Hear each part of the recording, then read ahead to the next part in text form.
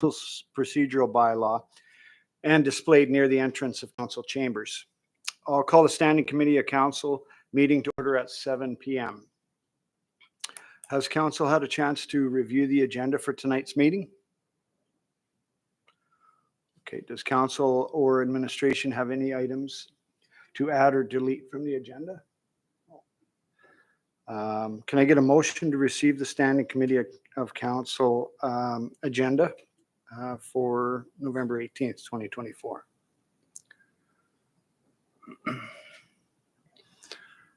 Councillor Coulter. I move to accept the agenda for the Standing Committee of November 18th, 2024. Thank you. Any debate or discussion on that? All those in favor? I'll start by reading the land acknowledgement. Blackfalds Town Council acknowledges that we are on Treaty 6 territory, a traditional meeting ground, gathering place and traveling route to the Cree, Saulteaux, Blackfoot, Métis, Dene, and Nakota Sioux. We acknowledge all the many First Nations, Métis, and Inuit whose footsteps have marked these lands for centuries.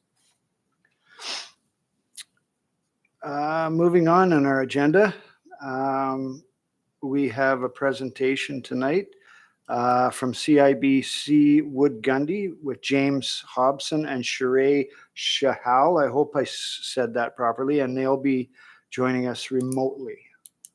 So welcome. Thank you very much, and good evening, Mayor and Council. Hope everyone's having a good night so far. I just want to make sure everyone can see our presentation up on the screen there. Yeah. Perfect. Well, for those of you who don't know us, my name's James Hobson, and I'm joined with Charit Chahal, and together we're the Hobson Chahal Advisory Group at CIBC Wood Gundy.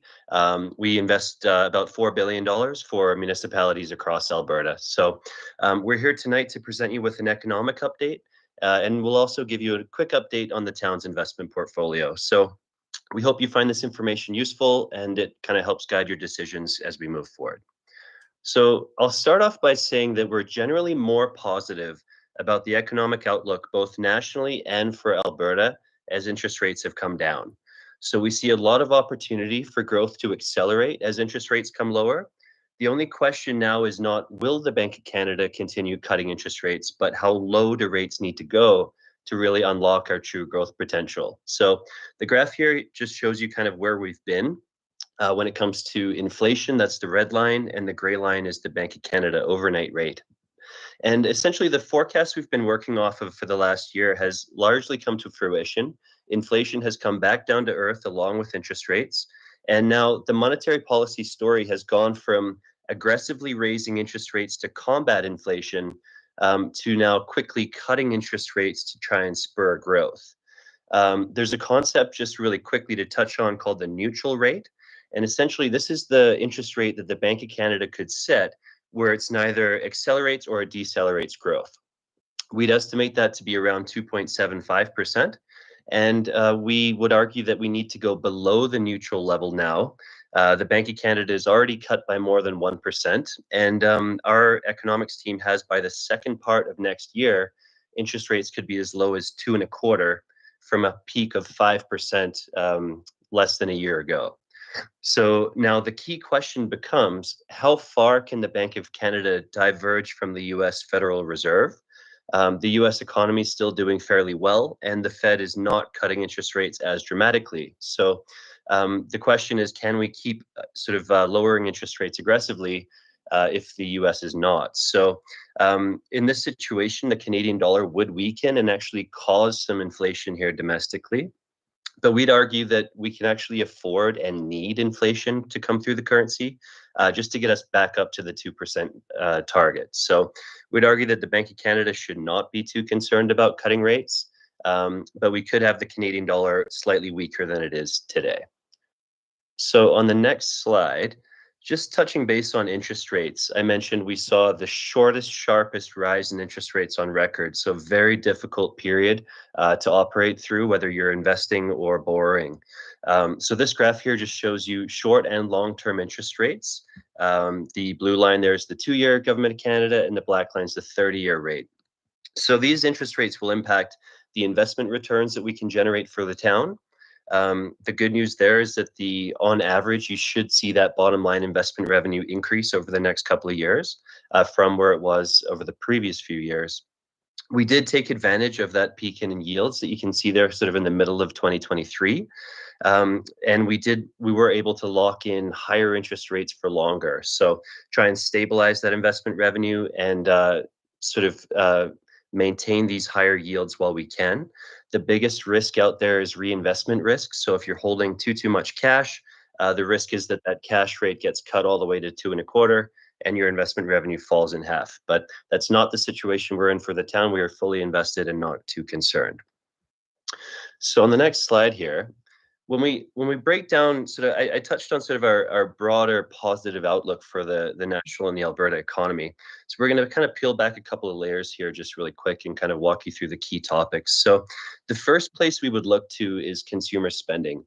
And if you look at it in aggregate on the left there, the percentage change in real consumer spending has actually it looks really positive. But the difficulty is on the right there. If you break it down on a per capita basis, consumer spending has actually been quite weak. So all that to say is that consumers are feeling the pinch of higher interest rates in a way that's similar to previous recessions. We're not calling for a recession whatsoever, but it can still feel like that to the average consumer. We're expecting that as interest rates sort of come down and this population growth that we've seen so much of over the last year slows down, we should see an improvement in that per capita spending. Now, when it comes to the Bank of Canada has a dual mandate, both for price stability, but also employment. So we have seen a relatively significant increase in the unemployment rate as the population growth has not been absorbed by the labor market. This graph here just shows you where we are now, the dark black line in the unemployment rate relative to, I'll anchor you to that gray line is the 2008-2009 recession. So we are heading in the wrong direction, but we're not in recessionary territory yet.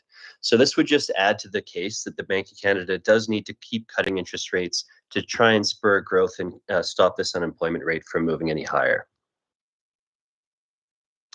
And you could argue just quickly here that, the unemployment story is just because there's lots of people that moved into Canada. But if we break down the data, it's actually domestic born and immigrants that have been here for the last 5 years that are feeling the brunt of that rise in unemployment. So it's impacting everybody, not just people that only just showed up in our communities. Now, when it comes to inflation, just touching base on that subject, inflation is actually below the Bank of Canada's 2% target, and it's actually only around 1% if we strip out mortgage interest costs. Our forecast for Alberta inflation is 1.9%, so call it just under 2% for the next 2 years. And we see there, sort of room to accelerate growth because our inflation starting point is quite low. That's good news for the economy because we have room to kind of absorb some inflationary growth there. I touched base on mortgage interest costs.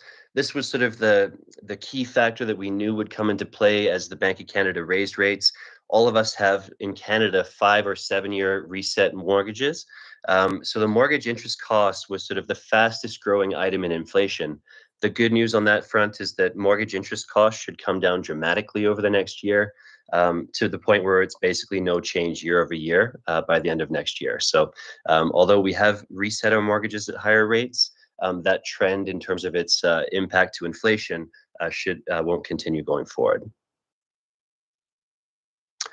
And the last thing I'll touch on here on the economics before I turn it to chart is that the retail sector has gone from understocked to overstocked. We remember during those crazy high spike in inflation, a lot of it was due to supply chain issues, which have now been largely resolved. And on top of that, we're now overstocked. So those sort of things like shipping bottlenecks that caused issues during COVID, the economy, we've taken steps to kind of shore up supply chains so we're less sensitive to shocks on that front. So I'll turn it over to Chart for the rest of the economic story. Thanks, James. So what I want to touch on a little bit today is I'm going to start by looking at the housing affordability crisis, and then we'll start to touch on a little bit more detailed topics that James are looking at, peeling it back specifically to Alberta and what that means from an economic outlook for here in Alberta. The first one that I like to show is this slide here. It's just, we hear about always hear on the news about the housing affordability crisis. This slide in a nutshell is the housing affordability crisis. So essentially what you're looking at on the red line is the estimated household formation, so new households coming into Canada and projected forward. And we compare it against the housing stock, so new housing supply in the market.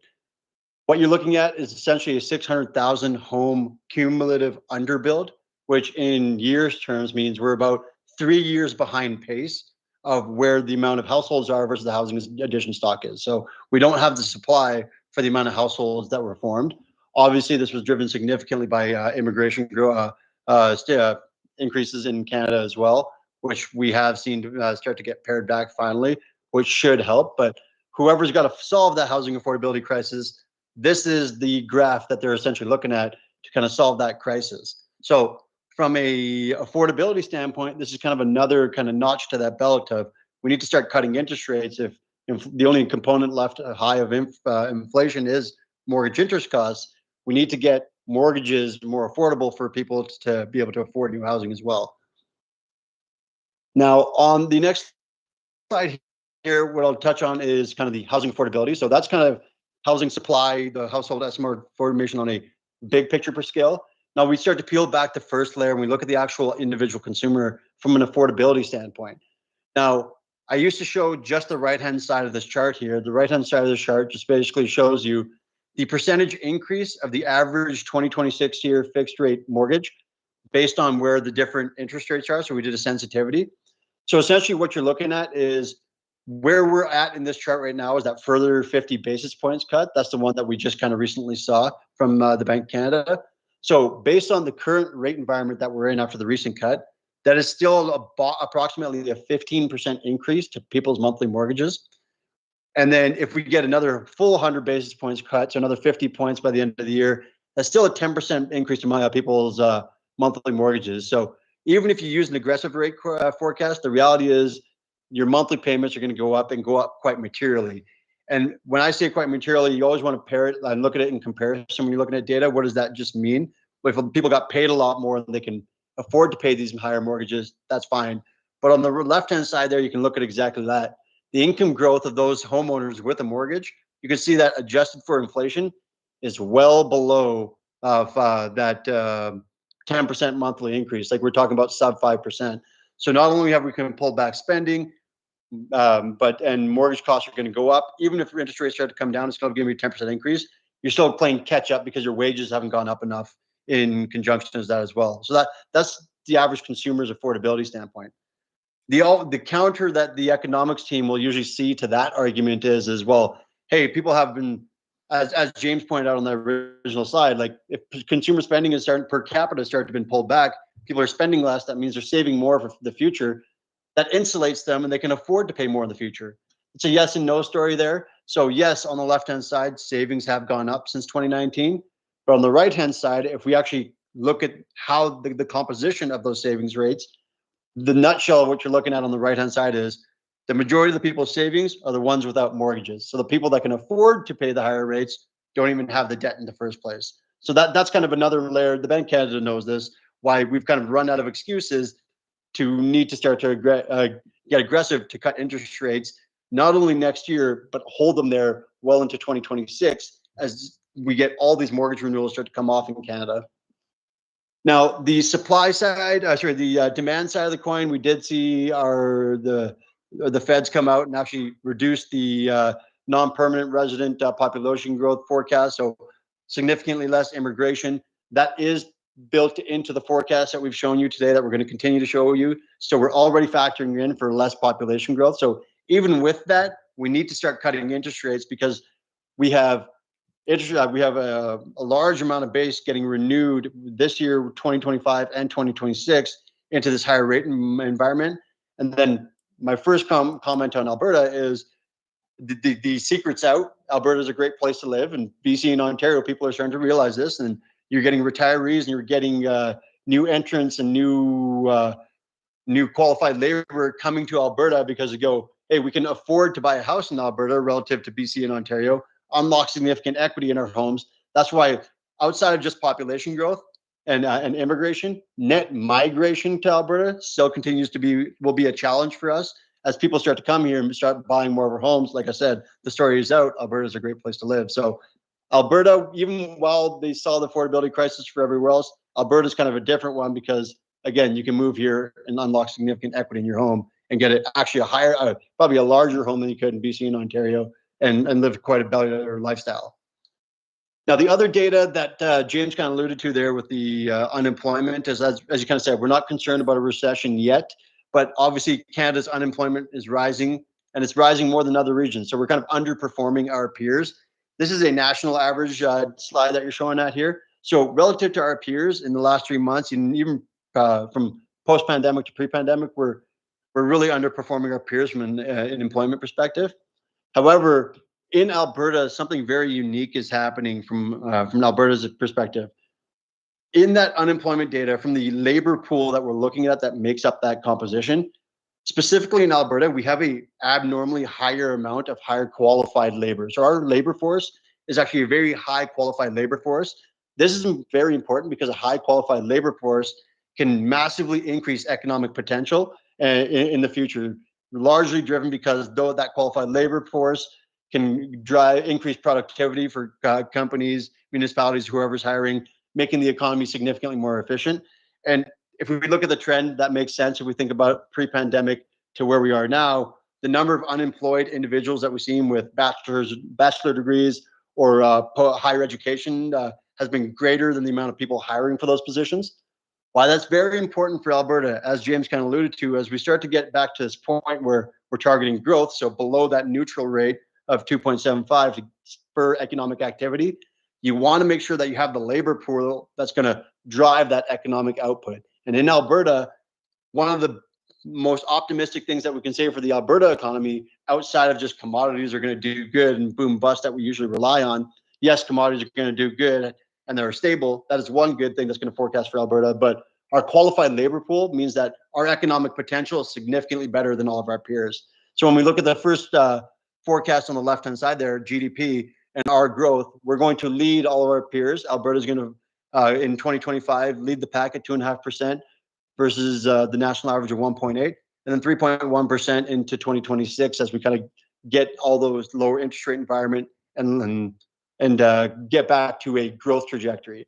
And if you look at that unemployment number in Alberta, that lines up with what we're kind of saying, 7.1%. But you always want to make sure you don't look at that data in isolation. You want to look at the composition of that data, which shows us that that data is significantly made up of a very large qualified labor force, which gives us greater potential looking forward.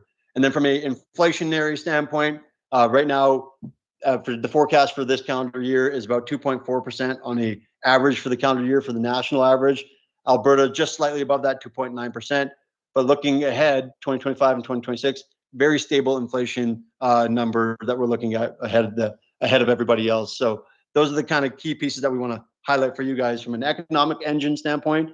We finally have what's called a diversified economy, not just because of our underlying oil boom or commodities base that we have, because we have a diversified economy through our qualified labor pool, which was very important for us going forward. So we're very optimistic for Alberta for the first time in quite a long time, and not natural resource driven. Now, that housing affordability crisis, I touched on a little bit there when I was talking about net migration here to Alberta, but it shouldn't come as a shock as we see a significant amount of migration coming to Alberta, that our housing stock here per capita is the lowest in the country, and that trend won't go anywhere anytime soon.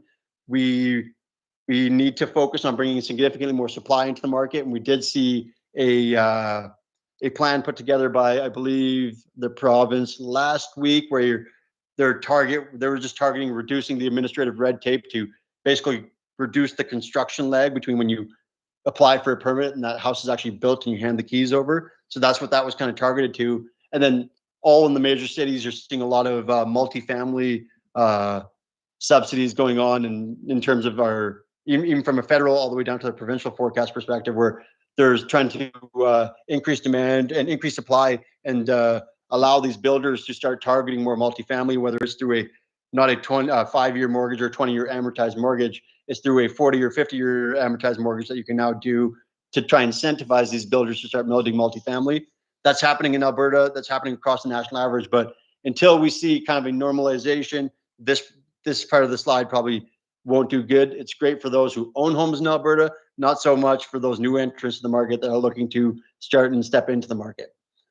Now, households in Alberta have been hit the hardest by higher interest rates, but there's room for growth as rates kind of come down. So that first slide that James showed you, that kind of showed that, yes, the consumer spending is very high, but per capita, whether we have a recession or not, still kind of felt like one. That anecdote is the most predominant here in Alberta. We've pulled back our consumer spending quite a bit in anticipation with the commodities and whatever it may be, but we've been hit highest by the higher interest rate environment, which from an economic potential perspective looking forward, it gives us another layer to look at, okay, how do we have the base, do we have the spending qualifications there to generate the economy moving forward? And the answer in Alberta is yes. So qualified labor, good commodities. Now the third notch here is significant room for growth as rates come down and we get on the other side of that neutral rate in terms of economic growth going forward. So what does that forecast actually look like for the Bank of Canada and interest rates looking forward? This is one of the most important slides for you guys. So right now we're sitting at about 3.75% where the Bank of Canada did its interest rate cut. The key piece there is March 2025. March 2020, whether it's like January, March, April, the most important piece is 2.75 is that neutral rate, the rate at which we're neither going to stimulate the economy nor be restrictive in terms of the economy, the rate at which we're all agnostic in terms of where the interest rate environment is. We need to get below that number to stimulate growth. So when our economics team puts this forecast together, right now the forecast is for us to start getting very aggressive in terms of rate cutting environment, cutting all the way down to 2.25 and staying there well into 2026 until we get all the mortgages reset in the lower interest rate environment and that full cycle moves past us. The other piece there is that 10-year government bond number on the Canada line there, which essentially from a investment portfolio perspective just shows you that kind of what James was saying is that our expected rate of return is going to materially increase in the portfolio. And we have a little piece on the portfolio at the end there that James will touch base on as well. So interest rates are going to come down well below that 2.75 and stay there for longer. So lower for longer. This is essentially what they mean when you hear that. Very quick summary for you guys. Inflation, even though inflation has eased and it's going to continue to do so, yes, inflation is below 2%, but the cost of passing inflationary pressures has already been incurred and is going to need to be offset.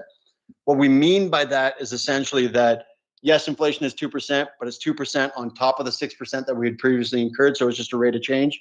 That bill needs to be incurred, whether you incur that bill now or in the future, it still needs to be offset at some point in time. There is room for growth before inflation becomes a concern again. As James touched on, we went from a just-in-time inventory cycle to a just-in-case inventory cycle. So what originally caused the inflationary pressures when we ran out of inventory and you couldn't get a couch, you couldn't get anything during COVID, we actually have capacity to insulate us from that again. From the interest rate environment in Canada, there's need to accelerate growth. So interest rates are going to need to fall well below that 2.75 in a neutral rate, unlike our peers in the US. Rates are going to stay low through 2026 due to mortgage renewal considerations. And in Alberta, it's an optimistic outlook moving forward. Alberta is going to lead growth potential due to a diversity of factors, not just commodities, which is a breath of fresh air to say in any economic forecast that I've done in the last couple of years. With that, I'm going to pass it over to James to walk you quickly through the investment portfolio or process. Then we want to make sure we have time for questions. Perfect. Thanks, Chart. In the interest of everyone's time, I want to be respectful. So just a few more minutes, a couple of slides, just to give you an update on the long-term investment portfolio and how it's doing so far. So I just want to quickly just touch base on sort of our municipal investment process. Chart and I manage portfolios for 85 municipalities, and it all starts with governing legislation. So everything we own in the portfolio is MGA compliant, no ifs, ands, or buts. Once we're in that safe box, that's where the investment policy becomes very important. So the investment policy for the town outlines things that like diversification, time horizon, liquidity needs, which basically just helps us to sort of more finely tune that safe box that we're operating within. We just chatted about market environment today, so sort of setting our expectations for where we think interest rates will go in the future. Portfolio management, which is where we come in. How do we invest the funds? I'm going to walk you briefly through how we do that, and then review and rebalancing. I don't think there's much that needs to be rebalanced for the portfolio right now because we're in constant communication with administration. Just quickly here, these would be what we call the 4 pillars of municipal investment management. So number 1, preservation of capital. That's paramount. So we have not, knock on wood, realized a loss since 1983 in any municipal portfolios. We certainly don't plan on doing that anytime soon. So preservation of capital is a must. Within that is risk mitigation. So making sure we're spreading our assets amongst different issuers, different maturities, and then maximizing our rate of return subject to those constraints. The MGA limits what we can invest in to a relatively small opportunity set, but our job is within that, how do we get the highest rate of return we possibly can while protecting the town's capital? Last but not least is liquidity needs. So making sure we have the funds available. Everything can be sold next business day. So liquidity is the one thing that we're sort of constantly communicating with administration to make sure the investments match the cash flow needs of the town. Just really simply, this is, I'm sure many of you are familiar with this concept of a bond ladder. This is the basic foundational principle that the portfolio is built off of. And all we'll do is we'll just adjust where we place the funds based on what the yield curve looks like, the town's liquidity needs, and the market outlook. And this is sort of the main slide for you, Council, for today when it comes to the investments. So it is on the right there, shows you the asset allocation. So we're well diversified across the major chartered banks. We don't own any provincial bonds at this time because the yields are just simply much lower than bank issued bonds. The credit quality is very high. So on the left there, that's the average credit quality is all A's and double A's. We don't touch lower credit quality things, even though we could. We prioritize safety of principle first. And then lastly, just the year-to-date performance. The bonds, because interest rates have come down a bit, we've had some excess gains on the bonds, and the year-to-date, so call it 2024 performance, just over 6.5%, which is about as good as it gets for a principal guaranteed portfolio. And then lastly, I'll just show you the maturity schedule, so how the funds are distributed. I mentioned that bond ladder, so this is how it actually looks for the town. But all this to say is that if there's a bond maturing in 5 years, doesn't mean we can't sell it tomorrow. So there is liquidity if you need it. We've just tilted it in a way that locks in rates for as long as we can, taking into consideration the town's liquidity needs. So with that, we've taken a half hour of your time. I hope we're okay. If you have any questions, we'd be more than happy to answer them on the portfolio or the economy as a whole. Thank you very much for all that information. Very helpful the way you guys laid that out for us as well. For myself, does council have any questions or comments? I don't see any. Okay, thank you very much for your time. Appreciate it. Thank you all for having us. Have a great evening. Moving on to business item 4.1, a request for direction, community awards criteria with Manager Hick.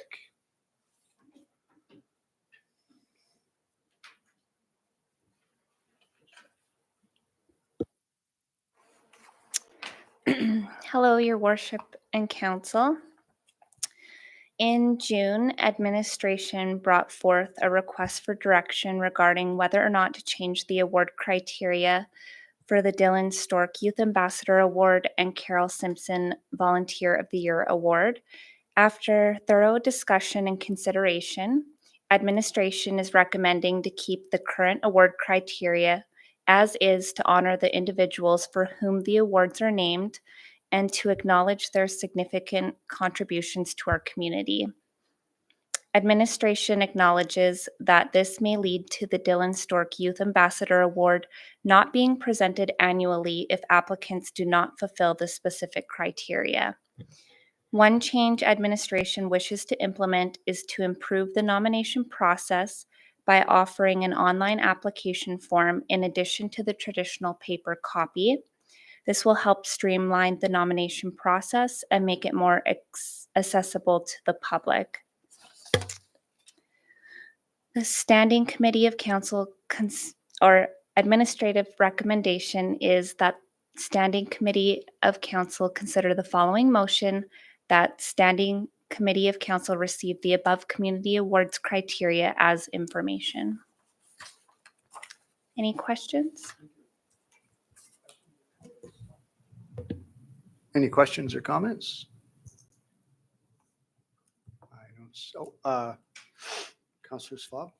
I'm glad to see that the application will be available online. That I think will help hopefully bring some more nominations in. So thank you for that.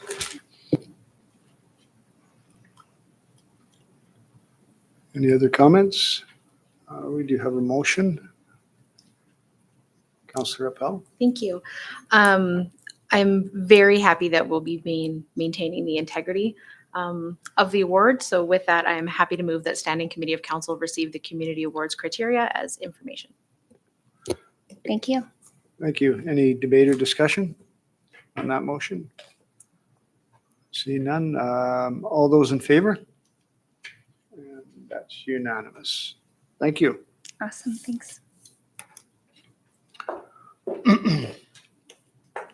Moving on, business item 4.2, request for direction, Womacks Road and Broadway Avenue intersection improvements.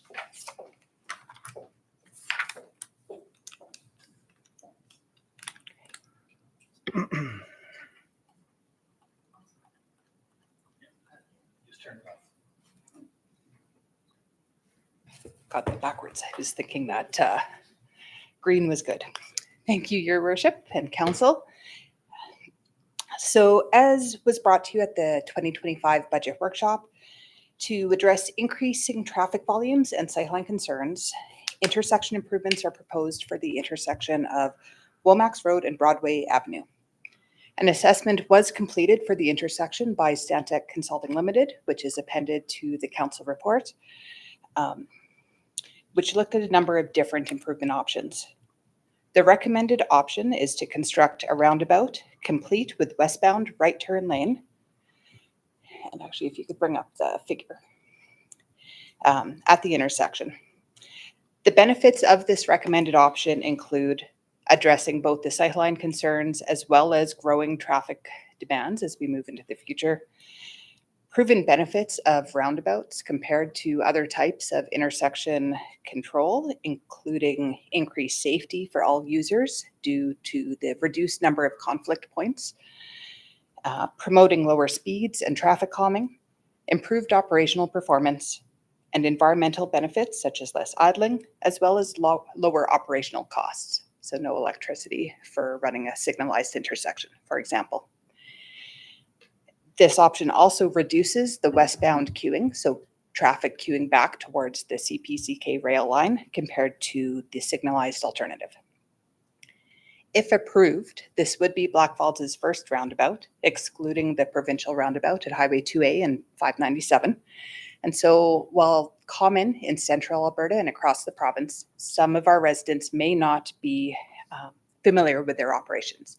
So we would also recommend that administration work to provide information to our residents about how to navigate roundabouts prior to opening day. Due to the short amount of time to complete the design, utility construction, detour planning, it's recommended that the 2024 capital budget be amended to include $200,000 for starting work on the project as soon as possible in 2024. The remainder of the capital budget ask would come forward to council as part of the standard budget process.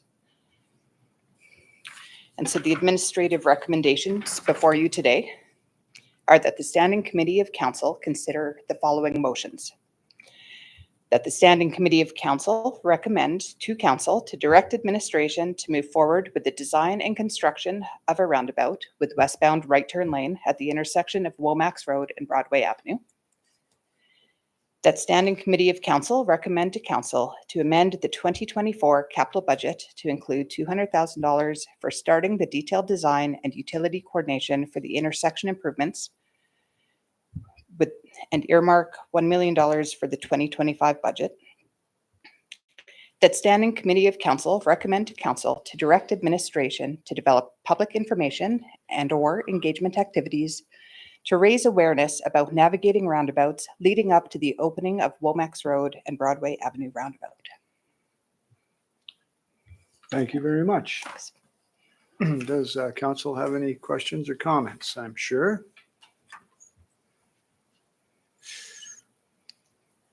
Councillor Dennis. Well, I kind of looked at this a lot. And so the traffic study was initiated prior to, or was there a traffic study initiated before they put that one in? And I know that you weren't here then. Through your worship to Councillor Dennis, could you just clarify before we put what in terms of? Before we put that new intersection there 2 years ago, was there any study to see how the traffic flowed? Because it definitely is different than the first, the existing one that was there. Okay. Through your worship to Councillor Dennis. The 2015 Transportation Master Plan did recommend intersection improvements at that intersection at the 12,000, prior to the 12,000 population horizon. At the time of completion of the Transportation Master Plan, the realignment of the Womacks Road and Broadway Avenue intersection was not considered. So there was some changes compared to what that recommended versus, sorry, it did my apologies. The Transportation Master Plan did include the realignment. It did not include the building of the Eagles Builder Center, which also impacts that intersection. But it did include the realignment. So it did consider traffic volumes that had shifted with the realigned roadway. Okay. And when looking at the census in 2021, it was 11,015. That's only 85 shy of having that as an upgraded to a signal thing. Like when Stantec put that together, should they have not looked at the future? I guess. Through your worship to Councillor Dennis, when the Transportation Master Plan was completed in 2015, and it did recommend signalization, so we're around that similar horizon, it didn't look at roundabouts as they weren't the norm of the time, whereas in the last 10 years, industry across the province has shifted. But it did recommend improvements at that intersection at that time. The one thing to keep in mind with any transportation master plan is it's based on the best information that goes into it at the time it's completed, with the best forward-looking magic 8 ball that you have at the time as well. So each of the horizons that were looked at in that study had to make assumptions based on where the town might grow. And from my recollection, it presumed perhaps more growth in the northwest, so north of that intersection, earlier compared to the growth that we've seen in the town on the east. So the overall population growth has still happened, but it hasn't happened in the areas that were the best information at the time that the study was done. Okay, and also on that diagram that was up on the screen. So looking at that, we are losing some more parking along where the arena house is and on the corner where the townhouses are. Through your worship to Councillor Dennis, while there is a narrowing that would happen on the west side of the intersection, Right now, there is actually a no parking zone on that side of the road. I believe it is 15 meters long. So while you may lose, you can see where the car is in the image compared to the green on the screen, you may lose a vehicle worth of parking, maybe two. It's not the full length from that start of the bulb to the intersection because of the currently existing no parking zone that exists in front of that house. But like on the south of that intersection where you enter into the arena, people could park down at the bottom there. Yeah, through your worship, Councillor Dennis, you would lose, we don't know the exact amount. You are right. There would be narrowing on the south side of the road that would lose a few parking stalls along that side. Correct. Thank you.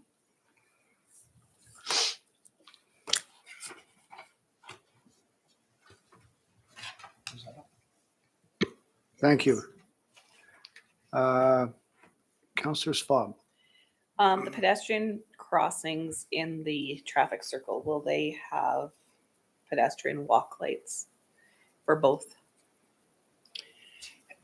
Through your worship, Councillor Schwab. My apologies if I didn't say that No, you right. did fine. We haven't progressed to the point of detailed design. From my experience, these size of roadways with this type of traffic volumes would not warrant the flashing lights, but it is something that we can consider as we move forward down the design process.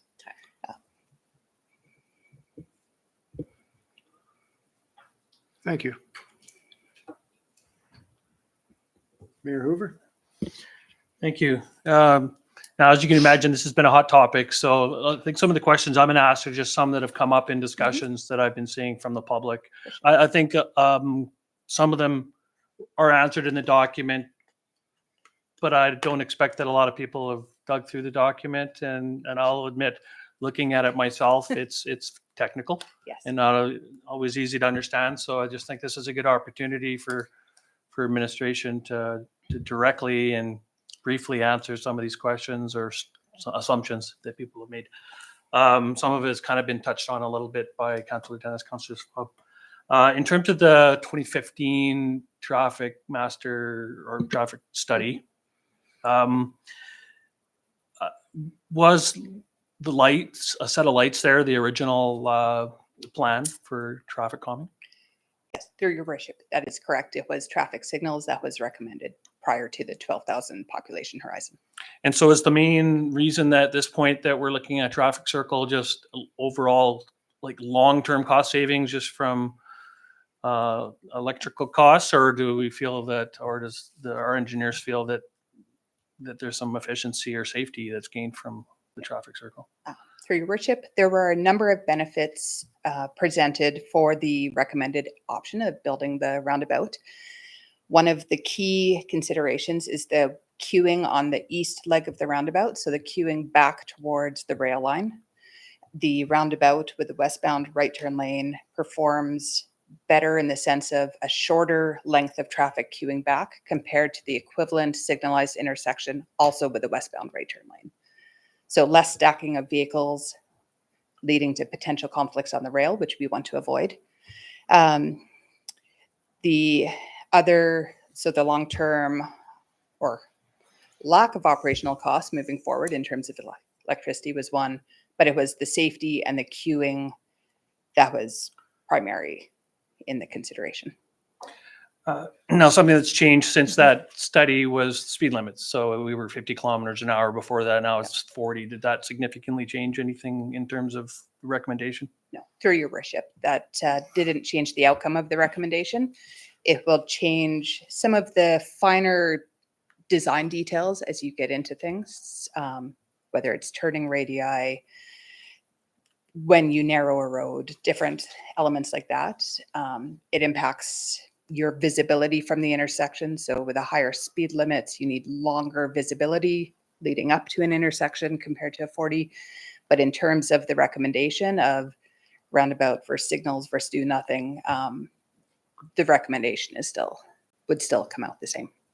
Okay, so now the next one is stop signs. So I want to kind of break down stop signs because I think there's some residents that would think a set of stop signs would be almost inexpensive or a low cost solution from that. I understand, again, it comments in here Yeah. that it's the queuing is the option. Was there any consideration or is there even a design with stop signs to have a dedicated right turn lane going to the north or coming westbound? Is that even an option in a case like this? Through your worship, we did not have Stantec evaluate a stop sign option. The stop signs would not perform and manage the same volume of traffic as a roundabout or a signalized intersection. So if stop signs were to be implemented today or in a year, you would still, within short order, need to do something else above and beyond. The other decision why we stayed away from the four-way stop is under higher volumes, such as when an event is letting out of the Eagle Builders Center, there can be confusion with drivers about the rights of way and who goes when and where, which can lead to longer time for traffic to clear, which would also relate to when traffic is clearing after a traffic signal. Because at a stop sign, when you're looking at it, you're having to look, at 3 different directions plus pedestrians. Compared to the roundabout, you're focused only on one direction, that direction to your left, and the pedestrians. So you're not having to look as closely at the other, so it helps simplify the movements for drivers. Well, you touched on it a little bit. My next question was kind of on that note. As long as you can indulge me, I did have another couple after this. But Certainly. I think we could probably have a similar issue at peak times, like an event coming out of Eagle Builders Center with the traffic circle, correct? You're going to have people that may feel that they have right away, or it could literally, you could have people coming out that do already have right away over the people that are going westbound, for example, and they could. I wonder if we anticipate that might be a problem at those peak times with the traffic circle. Through your worship, that would be one of the reasons why we propose to also have administration provide information out to our community and build on some resources that are already out there for those residents who may not be familiar. There still is less conflicts and less traffic movements that a driver approaching a roundabout that is, except for one direction, going to be a single lane roundabout. So if you're coming out of the Eagle Builders Center, for example, your focus is on pedestrians ahead of you and traffic directly to the left of you. If you're approaching a four-way stop as that same driver, you're focused on pedestrians ahead of you, driver to your left, driver straight ahead, potentially driver to your right, depending on where you're going. And that's where the roundabouts have that benefit because they have less conflict points. So less conflicts between vehicles and pedestrians, as well as less conflicts between vehicles and other vehicles when making those decisions about whose turn it is to go. So you are correct. There may be some drivers who do not feel comfortable with roundabouts, and that's part of the learning and education that we would support. But I would maintain that there still is less conflicts when you're approaching that roundabout and only focused on the direction to your left, with the one-way roadway in the circulatory roadway, compared to a four-way stop where you have traffic coming from all directions. Right. And I know there's tables that kind of show this. They're not easy to interpret. So No. I think you did simplify it a little bit. Although my statement about the use of the traffic circle blocking one direction isn't because people would improperly use it. It's just a right of way. When you have 200 vehicles coming out of one part of a traffic circle, it's going to really essentially cut off, could potentially for a while cut off the use for another direction. But certainly it's only one direction and not 4 directions, potentially, or 3 other directions. And I guess the final question has to do with land acquisition on this. There's a perception from some people I've seen in the comments that to build this traffic circle, there'll be a significant need for land acquisition. I know there'll be a small amount, but if you could just clarify that. Okay. Through your worship, this roundabout is designed to be a small, compact roundabout and fits within the existing right-of-way. Where we may need a small amount is more in terms of working space during construction on certain corners. And there was a small corner southwest, we may need a small amount of land. But It is not a significant amount. It is not buying building scale of land acquisition. It is very minimal as the roundabout has been designed to fit within that right away. If you are familiar with the Gasoline Alley area and Costco, this would be designed because we do have a truck route on 2 of the legs, as well as coach buses entering the Eagle Builder Center. This would be designed as a fully traversable roundabout. So this is the small one right by Galaxy Cinemas, where there is nothing in the center because the trucks will require that for their turning movement. Where a larger roundabout, such as your ones in Red Deer on 67th Street or the one at Highway 2A and 597, the trucks stay in the circulatory roadway and they don't track into the very center.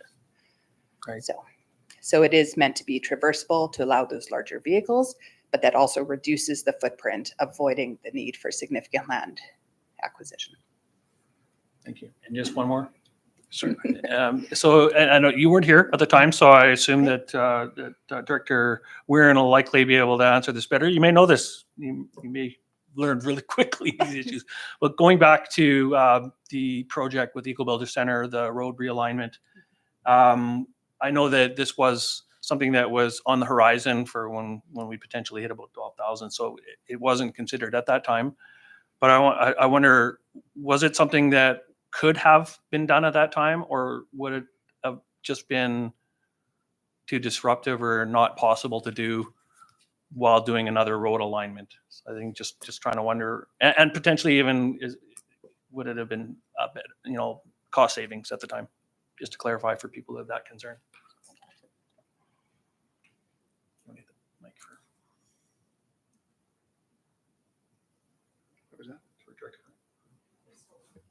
Gotcha.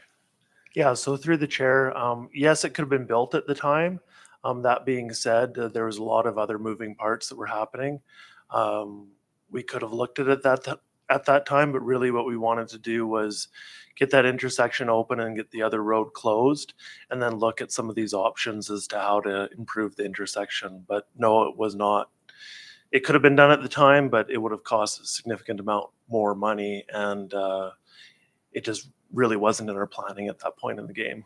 We hadn't really looked at roundabouts, and the other option to signalize was a little ways out, so we didn't look at that either. Thank you. I know that was a lot of questions, but as I said at the beginning, this is a hot topic. It's something that we know we've got to find a solution for.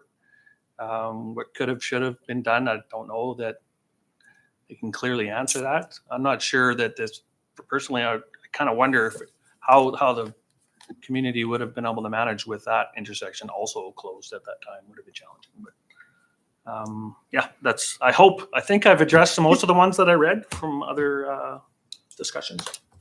Thank you. Councillor Coulter? Thank you.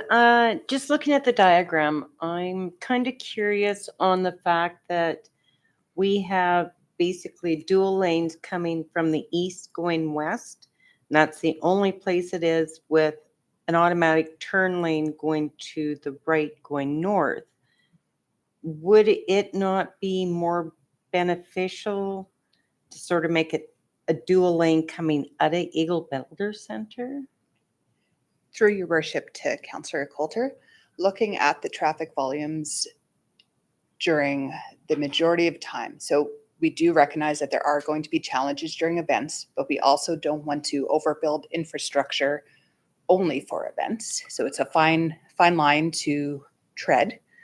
The reason for the westbound right turn lane is to help manage that queuing, because we are limited with the rail crossing, and we do not want vehicles stopping. So if we have a hesitant driver, for example, who is driving westbound and wanting to make a left turn and might be waiting, that right turning traffic, which is the predominant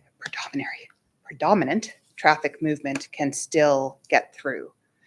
In your morning rush hour or your morning peak hour, it's your southbound left turn that is your primary movement. So when we design any transportation improvements, we generally look at your AM and your PM peak hours, so your morning and your evening rush hour, and then look at what additional improvements may be needed in the future.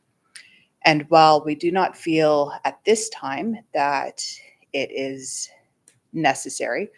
We do have an option, and it is provided in the Stantec report, to provide an optional northbound right turn lane. So then you would have both the westbound right turn lane and the northbound right turn.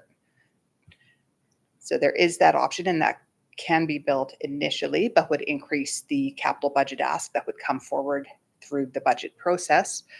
Or it is something, because the town owns some of the property on that corner, and because a right turn lane is a lot easier to add on after compared to other portions of the design, it is something that would be considered through design as a future add-on. So it wouldn't necessarily need to be built now, but in 10 years, as volumes in all directions increase, if it's felt that that additional lane, the northbound right turn, is needed, it could be added at a later time.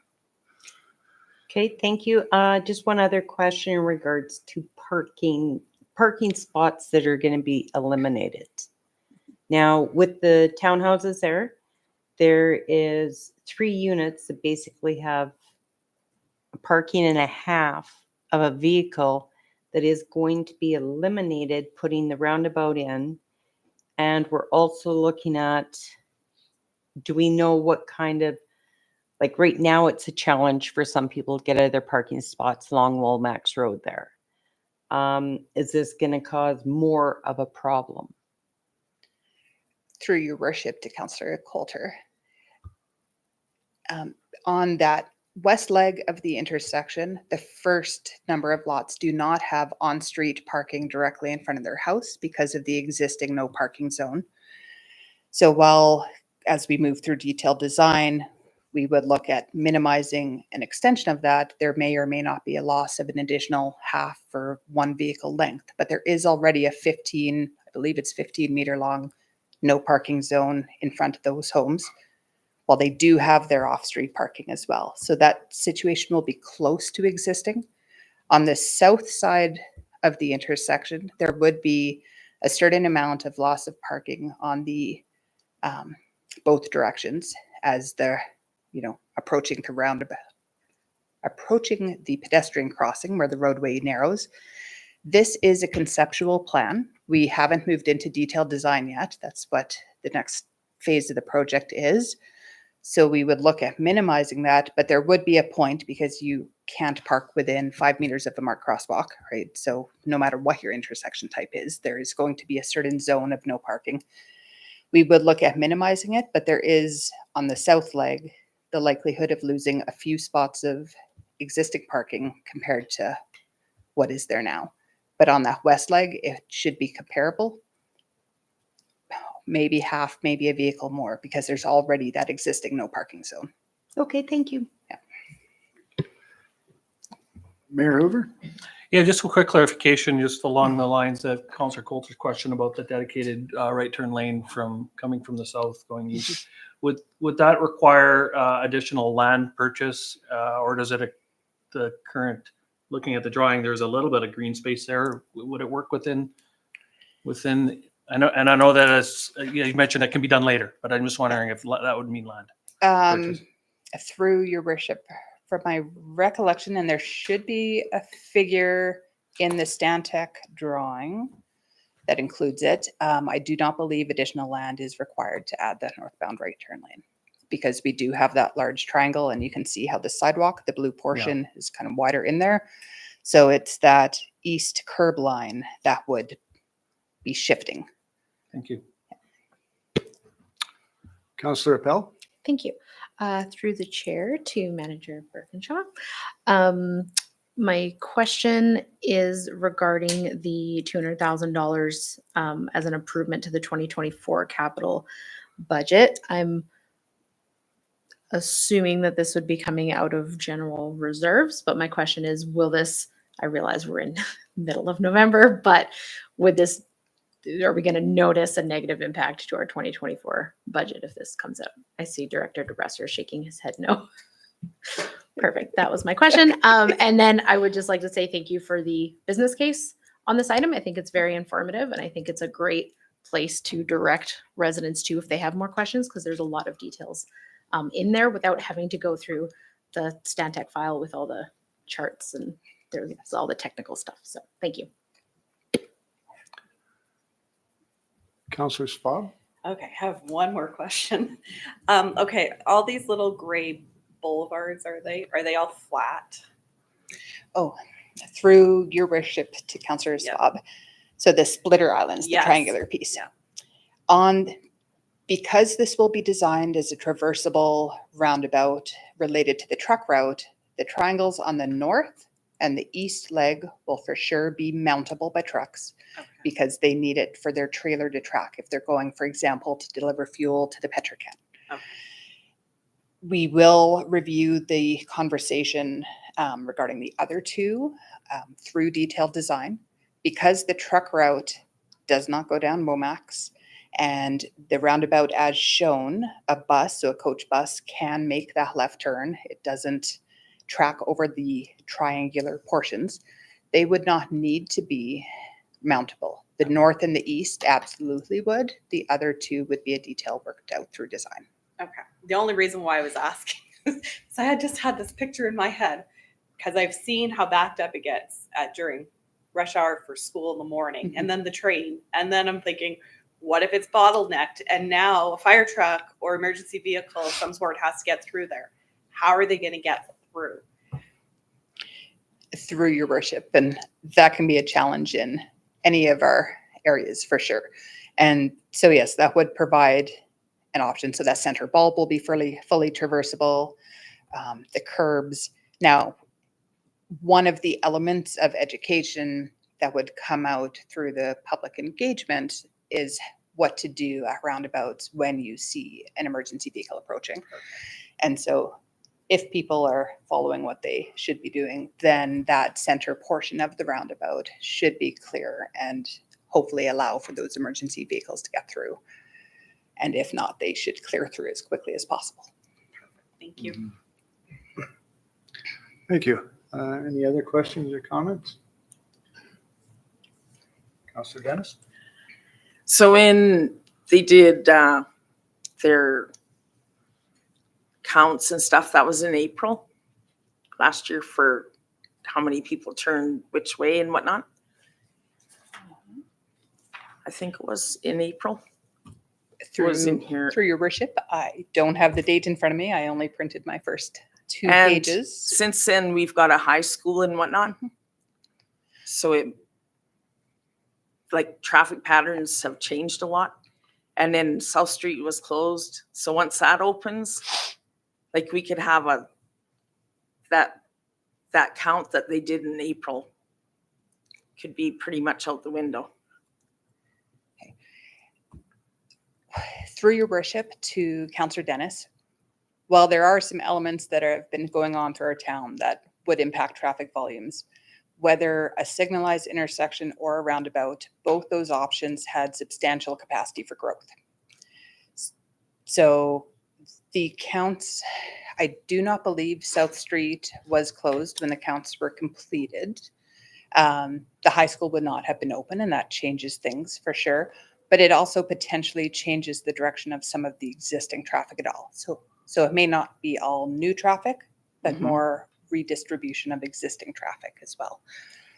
But both options, the roundabout or a signal, which both allow for that future growth, allow for more growth than just some of the changes that we've seen in the last few years. It's growth to allow our community to continue moving forward, including future growth to the north of the intersection that was presumed as part of the transportation master plan at that study, but hasn't been realized yet. So as traffic continues, there will be capacity.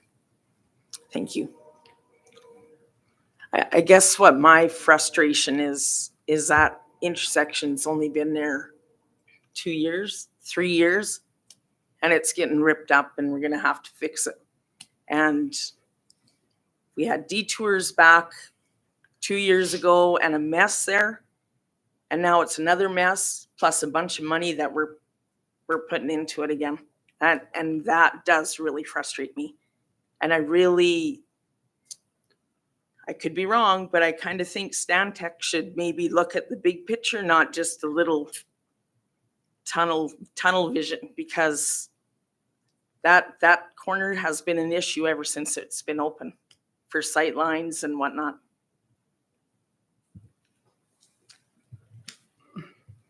Yeah, so just to refresh everybody's memory here on this, the intersection wasn't fully rebuilt. It was only the eastern leg that was rebuilt. So the whole existing north-south direction and even the west direction was already existing. We basically tied into that road. So we did that so that we could get the road across the tracks, get all the traffic realigned. Now we're looking at ways we can make it so it's a little bit better. We looked at pushing the traffic further to the south with paint lines and whatnot. That hasn't worked quite greatly. So now we're looking at the roundabout versus signalized intersection. Again, at the time, we could have spent a lot more money and probably closed the intersection for another year to do this, but that wasn't really what we were looking for doing. So with that, again, Stantec was being directed by myself as the project manager for the project. And I think that this is the best option moving forward. That being said, the realignment of that whole area was difficult to do with the limited amount of land that we had in there, as well as all the problems that we had on the east side with the existing infrastructure and hitting some things and some other problems with CP rail. So I guess with that, I'll take any other questions that you might have. Thank you. So does administration feel with basically with the changes in traffic and that type of thing along some of the new work and the high school and that type of thing, does administration feel that in any way would affect what the plan is here for the roundabout, moving forward, say a year from now? I know it's hard to predict that, but I kind of side with Councillor Dennis on a lot of those things, just because of the changes and the money that we're trying to save and trying to spend and trying to save and trying to spend, and we end up spending. And so that's one of my concerns. But I know administration puts a lot of work into this. And so, yeah, that's the question that I have. Through your worship, no, we are not concerned about the impacts and the change in traffic due to opening the high school and other projects that have gone on. The analysis that Stantec carried out for this project in the intersection assessment, it did look at existing volumes, but it also looked at 2 future horizons. So that accounts for future growth for numerous years in the community beyond any one single project. So because we looked at the analysis for existing plus 2 future horizons, the recommendation is based on that future growth, not just on today's needs. Okay, thank you. Any other questions or comments? Mayor Hoover? Thank you. Just knowing that, this is not a decision at this point, we're just recommending this comes back to a regular council meeting. And I'm sure that if anybody has questions between now and that, they'll be able to pose those again when it comes back. I'm happy to move first motion. Certainly. The Standing Committee of Council recommend to Council to direct administration to move forward with the design and construction of a roundabout with westbound right turn lane at the intersection of Womacks Road and Broadway Avenue. Thank you. Any debate or discussion on that motion? I see none. All those in favor? And that's unanimous. Thank you. Moving on to our second administrative recommendation. Councillor Schwab? I'll move that Standing Committee of Council recommend to Council to amend the 2024 capital budget to include $200,000 for starting the detailed design and utility coordination for the intersection improvements and earmark $1 million for the 2025 budget. Thank you. Any debate or discussion on that motion? See none. All those in favor? That is unanimous. Thank you.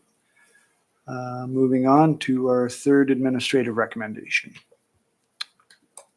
Councillor Appel. Thank you. I move that Standing Committee of Council recommend to Council to direct administration to develop public information and/or engagement activities to raise awareness about navigating roundabouts leading up to the opening of the Womacks Road and Broadway Avenue roundabout. Thank you. Any debate or discussion on that motion? I see none. All those in favor? And that's unanimous. Thank you. Okay, moving on to our next business item, 4.3, request for direction, CPKC train whistle cessation, next steps. Thank you. So in February 2023, a member of the public appeared before council as a delegation with concerns about the numerous train whistles throughout the day and nighttime hours and implored council to pursue whistle cessation for the community. And there have been other concerns raised at various points in the community's history as well. An open house was held to gather public feedback relating to the initiative in April 2023, with online feedback that was gathered between March and April of that same year. The item was then brought back to council in May of 2023, at which time council directed administration to prepare an RFP for the rail safety assessment portion that would be needed to support the whistle cessation. Watt Consulting Group has completed the Blackfalds whistle cessation study, which is appended to the report before you, and looked at each of the 4 crossings, which are the 3 crossings within town limits, as well as Township Road 40-0, to identify any deficiencies and remedial actions. Only minor remedial measures were needed for the 3 crossings within town limits, which should be addressed before the end of the year. This is primarily related to paint and some signage recommendations. The study did note that with construction of the new South Street Trail, the trail crossing would require the flashing lights, bells, and gate system for pedestrians walking in both directions. It is also expected that fencing between the South Street and Eagle Builders Center crossings will be required to address known trespassing in the area. This would be confirmed through discussions with CPKC Rail. The next steps in the process include consulting with CPKC to confirm the feasibility of whistle cessation and notifying all relevant organizations, which is a list that Transport Canada prescribes us to follow, that the town intends to pass a resolution to stop train whistling at the rail crossings. If agreed by the town and CPCK that the crossings meet the requirements for whistle cessation, then administration would come back to council with the required resolution. And so the resolutions before you today for standing committee, or resolution, sorry, is that Standing Committee of Council recommend administration to move forward with the next steps in the whistle cessation process, including consulting with CPKC to confirm the feasibility of whistle cessation in Blackfalds, notifying all relevant associations and organizations based on Transport Canada's requirements, and issuing a public notice which states that the town intends to pass a resolution to stop train whistling at the railway crossings. Thank you. Council, any questions or comments? Mayor Hoover? Yeah, Sorry, Councillor Dennis. Putting in the roundabout, is that gonna change any of the factors on it? Through your worship to Councillor Dennis, the roundabout or other intersection improvements would not impact the recommendations of the whistle cessation study. Thank you. Mayor Hoover. Thank you. Just looking for a little bit of clarification on the potential for land purchase for fencing. Where would that be and for what purpose, or would we need to purchase land? Through your worship, there is a segment of land that is between the South Street and Eagle Builder Center crossing that is unfenced. So a portion, so coming from Eagle Builder Center to the south, a portion is fenced, and then that fencing ends. And so then there's a gap. And so whether the fence is placed on the east or west side of the rail would impact whether or not either land purchase or potentially an access agreement to place a fence on private property would be needed, because the existing properties on the east side run right up to the rail right of way, and there is some encroachment if you look at the air photos of the rail sidings into it. So it's a very tight area. Where on the west side of the rail, there would be a smaller portion where a similar agreement may be needed, but the majority of the area in question is public owned. So there would be some on either side, whether it is land purchase or whether it's an agreement to place the fence would have to occur through negotiations. Yeah, because I was just curious, whether we had to purchase land or to compel someone, or whether we could just use a bylaw of some sort to compel them. But it's not adjacent to public land. It's private land adjacent to CPKC land, correct? Okay. Through your worship, on the east side of the rail, it is private land adjacent to CP rail. On the west side, it is a mix of public land and private land. Okay. So a smaller portion, but still some. That explains it. Thank you. Any other questions or comments? Councillor Schwab? Sorry, I do have a comment, because I'm thinking about when we did the open house at the library, and the gentleman that came in that worked for CP Rail, and he mentioned that he would not want to see a life taken in Blackfalds for having whistle sensation. And it's really hitting home, because there was somebody who did pass away on that track. And we have so many kids in our community, and I'm just scared they're going to get stuck somewhere and not be able to get out. So I was kind of for this, and I feel like we haven't had enough discussion with our residents to know if this is something we should actually be going ahead with or not. And I think next year, when the new council is going out, door knocking, talking to people, they're going to have a conversation. And I think this could probably wait another year so that we have the right conversations, because we don't have the right conversations. I don't feel like there's enough from our community stating that this should go through. So those are my thoughts. Thank you for that. Councillor Appel? Sorry, Councillor Dennis. I have to agree with Laura, and having fences and whatnot in there, we still have to pay liability. So that it's a proven fact that that's not going to stop someone getting hit. Where the whistle could blow, maybe that might alert someone to get off the track. Thank you. Councillor Appel? Thank you. So a couple of comments. One, never mind that trespassing on railroad tracks isn't allowed, whether or not people do it, and will continue to do it. It's still something that shouldn't be done.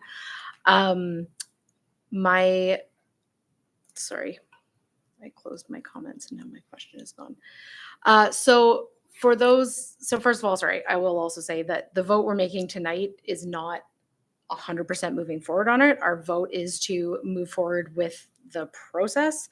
And we still don't have approval from CPKC that this is something we can actually do. So, we're not nailing in any last spikes tonight.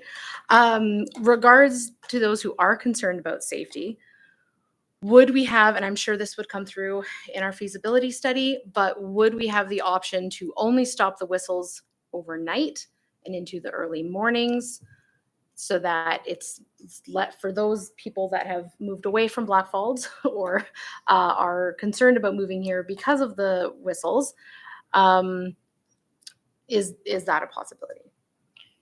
Through your worship to Councillor Appel, I am not confident that I have that answer, but I will find it for you. That being said, if it is an option that the rail company and Transport Canada would consider, your requirements then for the improvements needed would be the same, because you would have whistle cessation at a portion. I am not aware of anyone who has had partial approval, but we will go back and see if we can find a more concrete answer for you. Okay, yeah, thank you. And I assume that's something that would come out throughout the feasibility study as well. I don't need an answer tomorrow by any means. But I am in favor of the other, what the report showed, that the changes and updates that we'd have to make. And they were really quite minimal. The fence was basically the only one, so. Thank you. Councillor Schwab? So there is an alternative recommendation at the bottom that states that Standing Committee of Council recommend administration to not move forward with the whistle cessation process. And that's why I brought up the concerns. Thank you. Any other comments, questions? Mayor Hoover? Thank you. Now, I would agree with this, the idea that at this point, we're just looking at a next step, not necessarily moving forward with whistle cessation. Personally, I'm not bothered by the whistles. I understand their purpose, and I know a lot of residents also understand that. We've got very, very mixed feedback from our residents. Some are very much against the whistles and would love to see it stop. What I do know is in this process, we've discovered that we've got fairly good safety measures already in place, and everything I think that we're looking at, I would like to see us move forward with, irregardless of whether we're moving towards whistle cessation, just completing the fence. I think the pedestrian crossing at East Railway or South Street, and it's probably the only additional thing, but I think based on the standard of what we set near the Eagle Builder Center, I would likely have wanted to see that anyways if we're going to put a trail crossing there anyways. It may not have been a requirement, but anything that makes it safer, I would have been in favor of. So when it comes to the actual whistle cessation decision, I haven't really put a lot of weight on that in terms of my position here. I want to see everything that we can do to make it safer. More fencing is better, I think, and ultimately that makes it safer. Whether that lowers our liability, I don't know, but I think it ultimately makes it safer. And as Councillor Appel pointed out, people aren't supposed to trespass. We can't control that, but we can put measures in place to try and deter that as much as possible on these fences. To me, I think I'll sit on the idea of whistle cessation. I've had some people very passionately tell me that they do not want to see whistle cessation, and others say that they do. I'm not impacted either way until we come to make that decision, and I'll make it based on that. But I want to see these. I would like to see these safety measures be put in place here, regardless. So that's my position. Thank you. For myself, I'm sorry, Councillor Coulter. I'm going to put it up here from now on. Yeah. Just quick comment, and in regards to, I'm totally behind all the safety measures that need to be in place, even without the whistle sensation going through. I agree with Councillor, I think it was Councillor Appel that said about the nighttime whistles. Because a lot of times when it comes to the whistles, and I don't know if this is something you can take back to CPKC, is they will start outside of town and blow their whistle all the way through. And which a couple of coming into the intersection, each intersection, I think would be a lot better than blowing it all the way through. And I think that's what one of the main problems we have with a lot of residents is that is very irritating, especially at 3 o'clock in the morning. But in regards to all the other recommendations that we've talked about in safety measures, those definitely need to be brought up to standards. Thank you. So just as far as myself is concerned, I just have a question. Does does any consulting or anything with CPKC be affected by us delaying anything like that moving forward? Like there's no, is there a timeline on anything like that, or?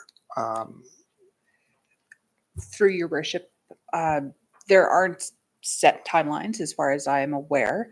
So whether you delay now and start the consultation later, or whether you start Yeah. the consultation now and make a decision, because it still needs to come back to council Right. without passing the bylaw stating that we're requesting the whistles to cease, the whistles won't cease until that bylaw is passed. Right. So it would be at council's or standing committee's direction whether we start now with the negotiations, as it can be time consuming to have conversations with either of the major rail companies. They are not the quickest processes, but there are no prescribed timelines that I'm aware of. Okay.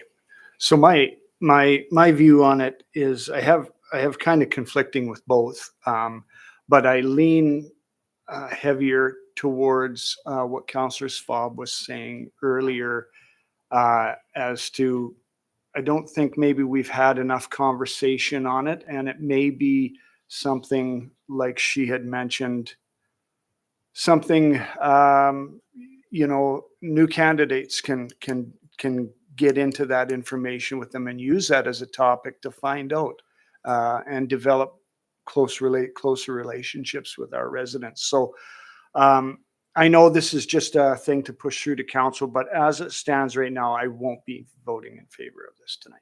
Thank you.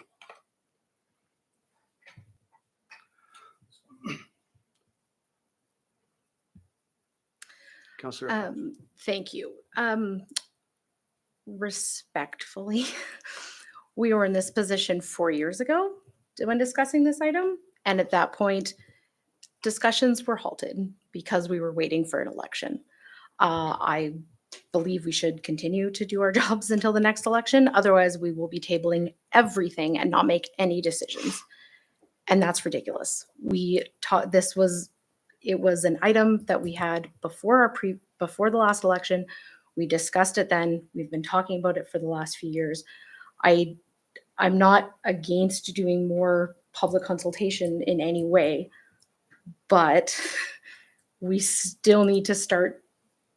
If we're going to have these discussions and get the feasibility and get the answers to the questions that we've been asking, we need to move forward with discussions with the railroad. And we know, based on other projects, let's talk about South Street. Let's talk about the Broadway, the realignment. We know that these conversations take a long time, and it takes a very long time for us to hear back from them and from Transport Canada. So delaying this now, like, it would be interesting to see if this exact same conversation is going to be had 4 years from today. So I will say that I would be in favor of the way that the current administrative recommendation is written. Thank you. Mayor Hoover. Thank you. 2 points. Of course, one of them just disappeared. When this is dealt with by bylaw, the whistle cessation aspect of it was dealt by bylaw, would it automatically require a public hearing, or would we have to? Or I would opt to that if it was up to me, but we have the option of a public hearing. Yeah.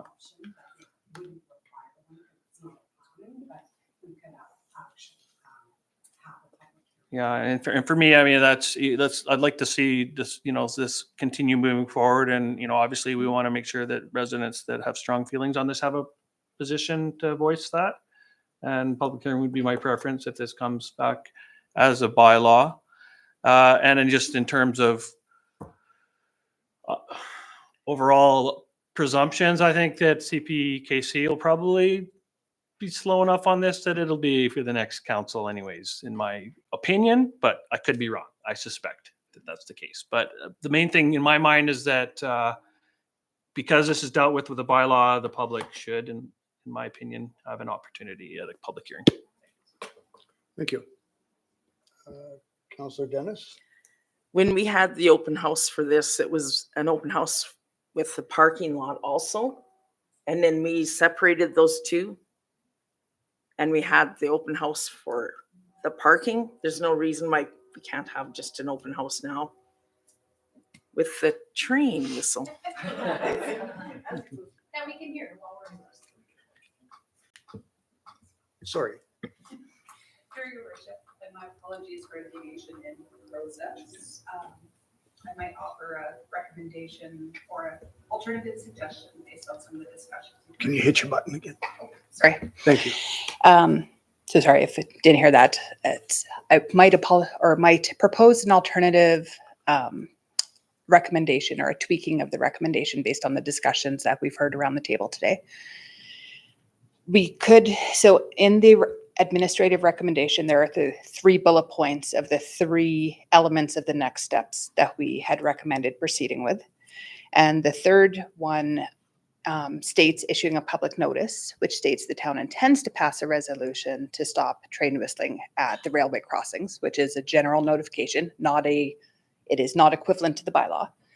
That last bullet point could be amended to also ask administration to go out to the community for whether it's an open house or whether it's a survey, but to garner some of that larger input that council is feeling is missing.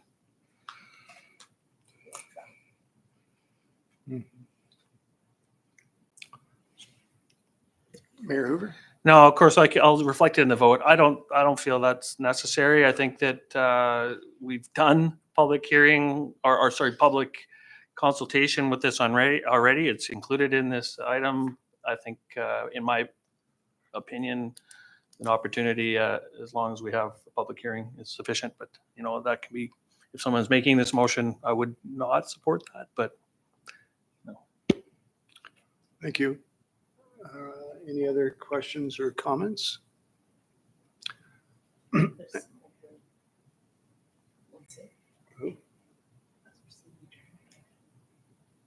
Someone's over. We do have administrative recommendation. Anyone cares to make that motion? Mayor Hoover? Yeah, I'm going to make the motion as is. If somebody wants to amend it, including that addition, they feel free to make an amending motion, but I'll move that Standing Committee of Council recommend administration to move forward with the next steps in the whistle cessation process, including consultation with CPKC to confirm the feasibility of whistle cessation in Blackfalds, notifying all relevant associations and organizations based on Transport Canada requirements, and issuing a public notice which says that the town intends to pass a resolution to stop train whistling at the railway crossing. Thank you. Any debate or discussion on that motion? I see none. I'll call the question. All those in favor? And that is 3. And all those opposed? So that is defeated. Thank you. Moving on to business item 4.4. Request for direction, Eagle Builder Center parking expansion survey results. Thank you, Worship and Council. So back on July 25th, we had an open house in regards to the parking expansion options for the Eagle Builder Center.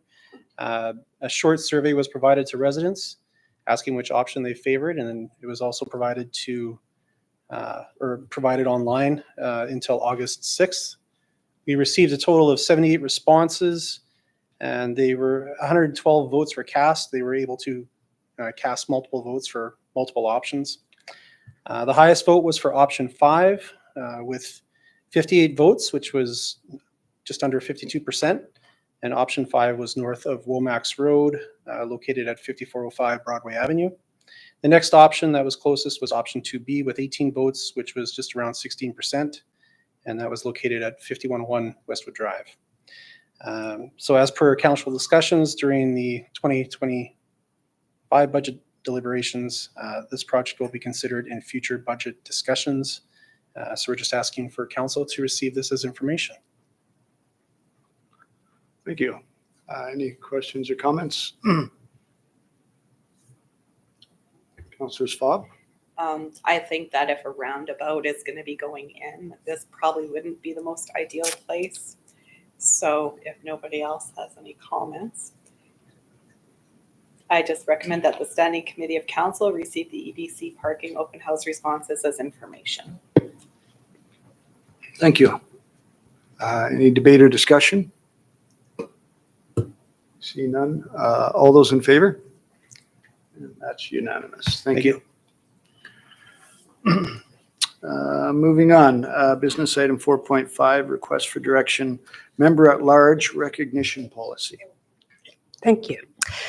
As part of the council committee audit, it was recommended that a formal policy be drafted outlining how recognition would be provided to members at large who are appointed to council committees. Administration took the current practice of providing new appointees with a Town of Blackfalds promotional item at the start of the term and a welcome letter, along with the addition of an annual appreciation meal that would be held at the last meeting of the year. This practice has now been added into policy, and administration is seeking direction from council on the policy as presented.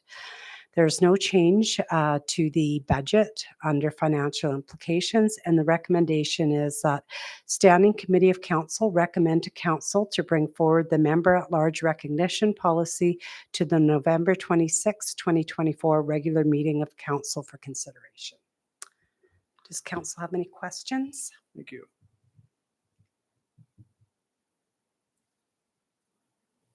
I see one. Mayor Hoover? Thank you. Just I brought it up the last time, and it's just one line in here that that concerns me because it has to do with perception, and I don't think that we can guarantee how someone perceives it. And I think it's 5.5 somewhere in there. 5. Let me try and find it again. There's no 5.5. Oh, sorry. I'm not. Oh, I'm I on the think wrong you're bylaw. wondering. Oh, sorry. Okay. Very much. It's been a long. I'm jumping ahead with my notes here. Okay. Scratch that. I'll warm up for Okay. the next one. Councillor Appel? Thank you. I think this is great. It's nice to have recognition in writing for our board members, as we know that getting volunteers in every organization is more and more difficult.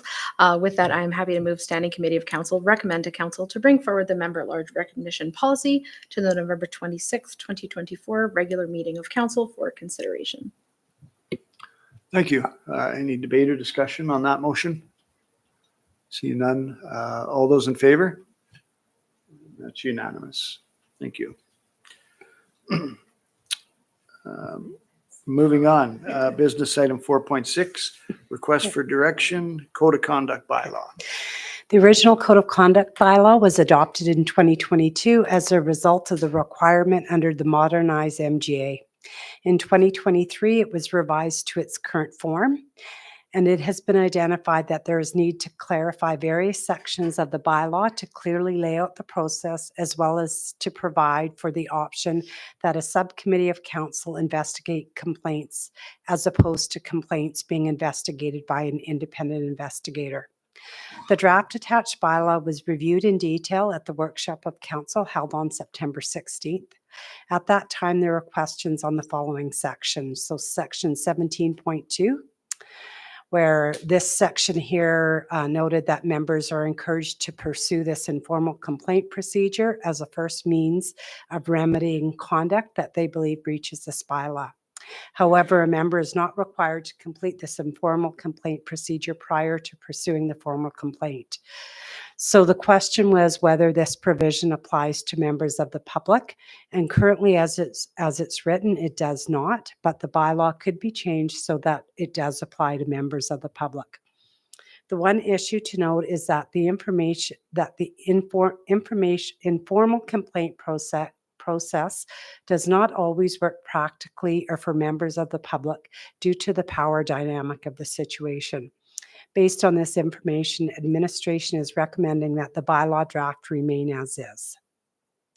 The next area was 18.8, which was after council has made a resolution on the complaint, the investigation reports and the related resolution of council shall be posted on the town's website in accordance with FOIP. The above provision would require that the full report, subject to FOIP redactions, and the full resolution of council of any sanctions imposed would be made public via the website. Note that the resolution on sanctions was always required to be made public, and if a FOIP request came in, the town would be required to disclose a redacted version. For transparency, administration is recommending that provision 18.8 remain as is. The final question that was raised was who would conduct the initial review of the complaint if the complaint was against the mayor and the deputy mayor. Administration recommends that the draft bylaw be amended to include that in the case that the complaint is about the mayor and the deputy mayor, that either the previous deputy mayor or the next scheduled deputy mayor would hear the complaint. So under financial implications, there will be cost savings with the addition of the option that a subcommittee of council investigates the complaints as opposed to the hiring of an external investigator. This doesn't mean that council couldn't still hire an external investigator, but if the choice was to do internal, it could be done that way. The administrative recommendation is that Standing Committee of Council recommend to Council that the draft Code of Conduct bylaw, with the inclusion of the recommendations outlined by administration, be brought forward to the November 26, 2024 regular meeting of Council for consideration. Any questions? Councillor Coulter? Just a clarification on some wording, please. In regards to where the final question, where it's got the mayor and the deputy mayor, should that be the mayor and or? Because it sounds like could be they're about both. So I think that was the question, because the way it was reading before was if the complaint was about the mayor, that the deputy mayor could do the initial kind of review. The question was raised at the last meeting when we reviewed it. What would happen if it was about both the mayor and the deputy mayor? So, yeah, like I'm just reading this and I'm seeing that it's dealt with both of them instead of and or. So if something happened and it was the deputy mayor, not the mayor, then it doesn't really, like, I'm just wondering if it's word clarification in and or if it should just stay as and. Or could be. Yeah, we could do that. Yeah, we could make that change. It's just sort of a separation. Yeah. Thank you. Thank you. Any other comments, questions? I did, but I was going to reserve for Councillor Pell since she mentioned that she had that same question. If not, I mean, I'll pose it. No, go ahead. Okay, so Go to 5.5. yeah, so my concern was with I-5, which again, it's basically, I would have a suggestion that would satisfy, I think, instead of saying to the members must ensure that it is not perceived, that is not, I would say members must ensure that it is not reasonably perceived. My concern is that if somebody has a perception and not whether or not it's reasonable or not, then that person communicating can be held accountable based on this language when maybe there's a misperception. I think anytime we leave it solid like that, and it says must ensure, and I don't know how any member of council communicating can 100% ensure someone's perception isn't. Yeah. Because I mean, ultimately, everybody on council here has their own life and their own opinion, but they're always going to be perceived as a member of council, regardless of how they're communicating. And so if our bylaw is saying that if someone perceives that to cross the line, then how do you get around that? But I think if you said reasonably, that's my position on just a simple word change. Yeah, I think I think then it gets down to what's reasonable. That's always a difficulty, right? When, but you know, I think some of this, we're likely going to see some changes to this code of conduct as soon as we end up getting some of the regulations coming out of Bill 20, where they talk a lot about the conflict of interest rules. So we might be able to change some of that based on what the recommendations that we're seeing come out of those regulations. But yeah, I don't see a concern with putting reasonably in here at this point, if you think that will satisfy that. Thank you.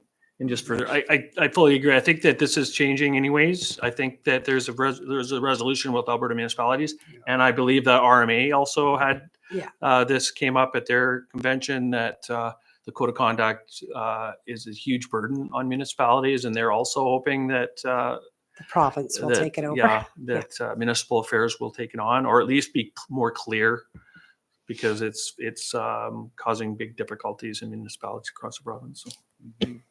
Thank you. Councillor Appel? Thank you, through the chair to CAO Isaac. So I also had a note on 5.5. My first note was thanks for the addition of 5.5. My second, just as to what Mayor Hoover was saying, I wonder if there's a way to reword this possibly along the lines of members must state that it is not the position of council. I don't know if that just then it's more clear. Like, I do like the addition of the word reasonably, but then my other thought was, do we just have to reword the whole sentence phrase? Yeah, portion? leave that with us and we can kind of play with that one a bit. Thank Thank you. Sure. Mayor Hoover? Yeah, I think that's a good suggestion, except that, again, I mean, anybody here that is just doing a personal social media may not even be considering that they're talking about something that's town related, and somebody might perceive it that way. And that's my only concern. So does that mean that everybody on council, every time they post personally, needs to cover themselves and put in there, this is not representing the town? It does. I know there's vague saying reasonable, but there's a lot of laws that say that, so that at least somebody, or, you know, it goes even further than a reasonable person or something. I don't know if we should go that far, but I just think a blanket statement. We were also provided a disclaimer a number of years ago, maybe even updated last year or something, that for us to put on our social media accounts as well, that states that. I have it. I know it's in an email somewhere, and I know I have it on mine. But I did have a question about another portion, if I may. So 18.6, where we're discussing the formal complaint procedure. I'll just wait for it to.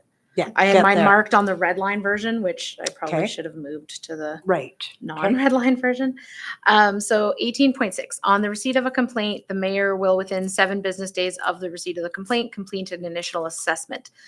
I thought we had discussions about that being not the mayor, but come to council as a whole when it came to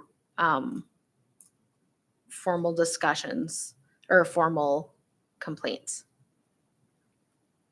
I thought that was the same. That was my understanding. So it does state that in 18.9, the mayor will schedule a closed session for the council meeting, but I just question the timelines of it. I believe that should be happening before anything is provided back to the complainant. Okay. So it's just an initial assessment, right? Yeah, but because it says the decision of the mayor is final, now we have a formal complaint procedure, but it's one single person that's making that decision instead of all of council, which Okay, so what are you recommending there? I'm just, I am. So, yeah, that's okay. So where it says on receipt of a complaint, the mayor will within 7 business days complete the initial assessment. Yeah. My request would be that that closed session be within that 7 days. So if we have to call a special meeting, Okay, that way the decision of it, just because if it is, my fear would be that we would get appeals if that decision is only, if it's only looked at and made a decision by one person instead of council as a whole. so That- the assessment would be brought, council could discuss that assessment and then determine, is that kind of what you're, Yes. okay, gotcha, okay. So that way, then it says the decision, then it would also be 18.6, the decision of council is final. And then you've got a broader range of eyeballs looking at it. And then if the complaint was about an individual, that person then wouldn't be there. Correct. Okay, okay. Excluded from the conversation, much Okay. like it lists, Yeah, we everywhere can- else. yeah. But I just Okay. think the initial assessment should, I just think there's a lot of responsibility and onus on one person when Okay. everything else we do in this room really Okay. falls to all of us. Okay, we can work Thank on you. that, yeah. Mayor Hoover? Yeah, I'm just thinking maybe, I don't know if this suggestion in language addresses that, instead of completing an initial assessment, maybe an initial response to the complainant and report to council or something like that. Because again, I do agree that it shouldn't be, that's a lot of burden to put on any one person. Yeah. And it's also perception of whether that person is making a choice that's fair. So I wonder if it states that, because I think part of this is that it's giving a timeline so that the complainant has a response in a reasonable amount of time. But I don't know that it should be a decision. Yeah, so this here, we're talking about, these ones are the ones below where they're listing, these are where they're saying that these will not move forward, right? If they are not about a current member. So just for my clarification, you feel those, there should be a decision made by all of council on these ones. I Okay, do. I feel it's stronger if it's a decision made Okay. by more than one person. okay, yeah, And my thought is that, again, the person investigating, whether that's the mayor, deputy mayor, or an alternate to that, within 7 days, may at least respond, well, they should really realistically respond immediately to the person making the complaint, but within 7 days, then they'll have it, well, a that report it's to the rest of received. council that it will make a decision. But I don't know, at that point, should we be saying there's a timeline attached to that? Yeah, well, that's why I think the 7 days was to pull all of council together in 7 days, but we'll work on that. I'll see what we can do there to kind of address what you've kind of, And I know we're dissecting this, but No, it's that's okay. because it has been tested a little bit, so it's better to oh, dissect. absolutely. Councillor Appel. And thank you. Yeah, it's that last part of it where it just says the decision of the mayor is final, Yeah. where the it's decision- just, it seems like a lot of Yeah. additional onus on one person. And the point of this bylaw is not to Okay. single anyone out or put a lot of, it's just, yeah. Okay. Okay, Based on past yeah, experience. no, that's good. Okay. Any other questions, comments? Does anyone care to make the motion? Yeah, if you want to amend the motion to make note of those suggested changes, and then we can bring forward. Councillor Appel? Thank you. I move the Standing Committee of Council recommend to Council that the draft Code of Conduct bylaw with the inclusion of recommendations outlined by administration as discussed be brought forward to the November 26, 2024 regular meeting of Council for consideration. Thank you. Any other any debate or discussion on that motion? Councillor Coulter? Just clarification on some wording. So, because we've made some changes. So I added in the words As discussed, yeah. Okay.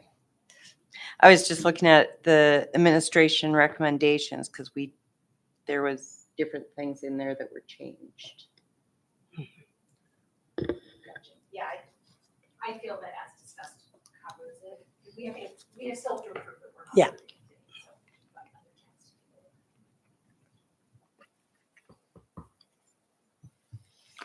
it. Okay. Are we clear? Okay, so I'll call the question. All in favor? And that is unanimous. Thank you. That brings us to the end of our public meeting. Thank you for joining us. We do have one confidential item. And we'll go into a 5-minute recess. Thank you.